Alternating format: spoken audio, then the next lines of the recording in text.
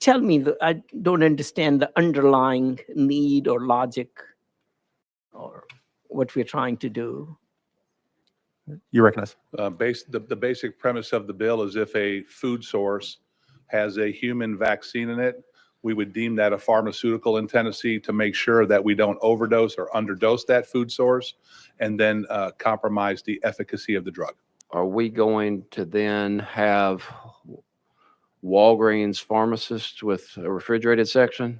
I mean, how's this going to play out? House Bill 1894 classifies any food that contains a vaccine or vaccine material as a drug under the Tennessee Food, Drug, and Cosmetic Act. Defines vaccine or vaccine material as a substance intended for use in humans to stimulate the production of antibodies and provide immunity against disease, prepared from the causative agent of a disease, its products, or a synthetic substitute, treated to act as an antigen without inducing the disease, that is authorized or approved by the United States Food and Drug Administration. Mr. Chairman, I'll answer questions. All right. Thank you for that explanation of the bill. Do we have any questions for the sponsor? Can you give me an example of a food that's a vaccine? You recognize. Yes, sir. University of California, Riverside has already perfected the ability to put human vaccines into our lettuce right now. Also, tomatoes has the ability to do that also for UC Berkeley. And then Big Tobacco, RJ Reynolds and stuff has perfected the ability to put a human vaccine into tobacco products. Chairman Clemmons. And is that even legal to do in the state of Tennessee, to sell those with a vaccine in them? You recognize. Well, I'm not arguing that point. What I'm saying is there is no law deeming those that when you go into a grocery store, you should know as a consumer, this head of lettuce is a head of lettuce. The head of lettuce right next to it could contain a vaccine in it. All we're saying is if it does have the vaccine in it, make sure it's listed as a pharmaceutical so people can get the proper dosage. You recognize. Thank you. Well, my question is right now, can you walk into a grocery store and there be a head of lettuce for sale that has a vaccine in it? I don't think that's allowed under state law presently.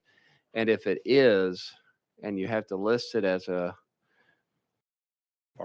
pharmaceutical, are we going to then have Walgreens pharmacists with a refrigerated section? I mean, how's this going to play out?